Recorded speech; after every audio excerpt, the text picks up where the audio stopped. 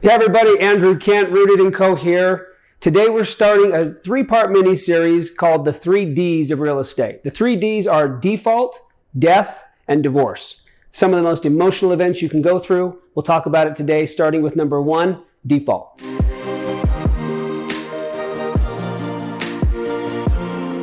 All right, so today, number 1 of the 3-part mini-series is default. So as many of you may have heard in the news, President Biden had enacted a CARES Act, which essentially created a stop or a stay on foreclosures for those who could not pay their mortgage. Now, there's a lot of details here. There's a lot of stuff that you see. You get little clips in the news. Number 1, reach out to a trusted realtor to help you get some information on what's real, what's not. Just want to kind of start with that. But just announced today that CARES Act, it was supposed to end at the end of June here in 2021, but it just extended today to the end of July, so July 31st. And we don't know whether it will keep extending or not, but what does it mean when that actually turns off? And when that CARES Act goes away? What it really is looking like it's going to mean is a lot of people that are in default, meaning they haven't made payments for at least 3 months. If they didn't go through the proper channels of that CARES Act, they're now in foreclosure, and you're going to see people losing their homes. So we want to talk a little bit about that. There's a couple of ways that we can obviously help people in that scenario.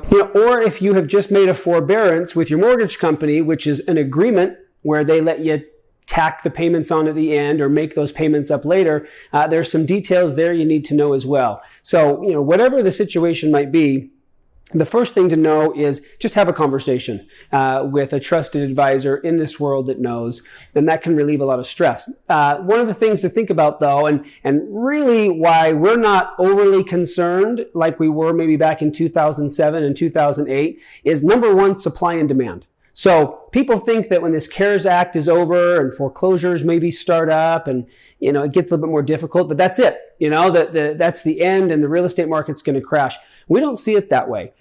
With that supply and demand, there are just so many more people still looking to buy at incredibly low, 3%-ish rates, that there's more people looking to buy than there are homes to buy. So right now we're sitting on about a 1-month supply. So if no more homes listed from today for the next 30 days, all the homes would be gone and we would be out of properties. Now, a normal, more balanced approach to that would be more like 4 or 5 months of inventory. So a year ago, we were at 2.5 months of inventory. So I'm throwing a lot of numbers here, but the point is, we are running around crazy here with not enough homes. And so if you are in default or you're struggling or you're behind, the chances are good that, maybe if you're needing to sell that home to recover some of your equity, you still have equity because prices are going up and you have people that want to buy your home. So really, we don't see any big changes coming. Whenever the CARES Act ends, we really won't see a big effect throughout 2021. It's still going to continue to be the way that it is.